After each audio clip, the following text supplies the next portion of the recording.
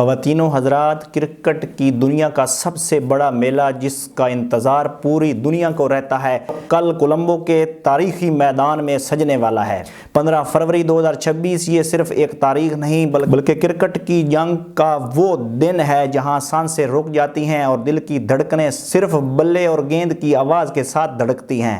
لیکن اس بار کہانی کچھ الگ ہے۔ ایک طرف قدرت کا نظام یعنی بارش کا خطرہ، اور تو دوسری طرف میدان جنگ میں عثمان طارق جیسے مسٹری اسپنرز کا خوف۔ کیا پاکستان اس بار بھارت کو ناقابل شکست غرور کو خاک میں ملا پائے گا؟ موسم کی پیشگوئی پریشان کن ہے۔ 94% بارش کا مطلب ہے کہ شاید دونوں ٹیموں کو ایک پوائنٹ پر اکتفا کرنا پڑے، لیکن یاد رہے یہ میچ صرف پوائنٹس کا نہیں بلکہ سری لنکا کی معیشت، براڈ کاسٹر کے کروڑوں ڈالرز اور شائقین کے جذبات کا معاملہ ہے۔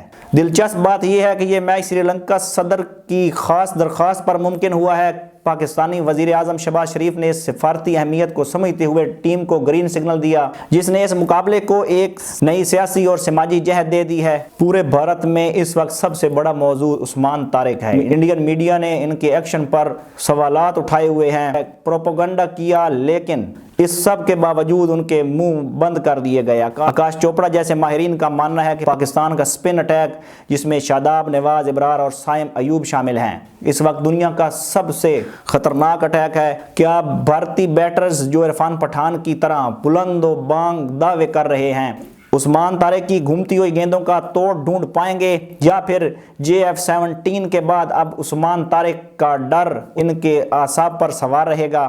عثمان خان کو ٹیم سے نکالنے کے مناظر اس وقت سوشل میڈیا پر گردش کر رہے ہیں کہ عثمان خان کی جگہ خواجہ نافع کو ضرور موقع دینا چاہیے۔ عثمان خان میرٹ پر پورا نہیں اتر رہے۔ لالا کا مطالبہ ہے کہ بڑے میچ کے کھلاڑی فخر زمان کو واپس لایا جائے اور ابھرتے ہوئے ٹیلنٹ خواجہ نافع کو موقع دیا جائے جو 1-2 اوورز میں میچ کا پانسا پلٹنے کی صلاحیت رکھتے ہیں۔ میرے خیال میں شاہد افریدی کے بعد پاکستان کا ایک پاور ہٹر جو ہے وہ خواجہ نافع ہی ہے۔ صاحبزادہ فرحان اور خواجہ نافع دونوں ایسے پلیئر ہیں جو میچ کا پانسا پلٹنے کی صلاحیت رکھتے ہیں۔ سوشل میڈیا پر خواجہ نافع کے چرچے ہیں۔ کیا مینجمنٹ لالا کی بات مانے گی؟ کیونکہ انڈیا کے خلاف آپ کو میچ ونر چاہیے ہوتے ہیں۔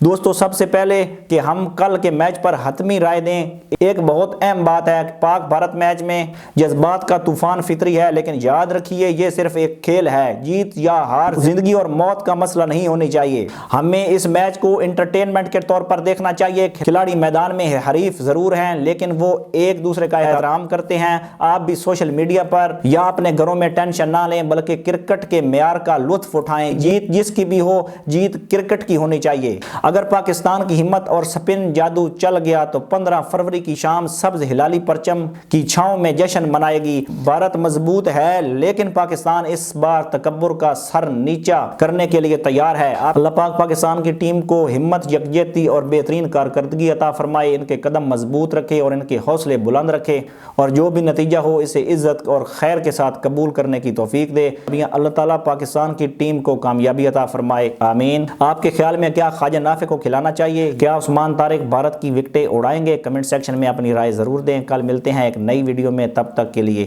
اللہ نگہبان۔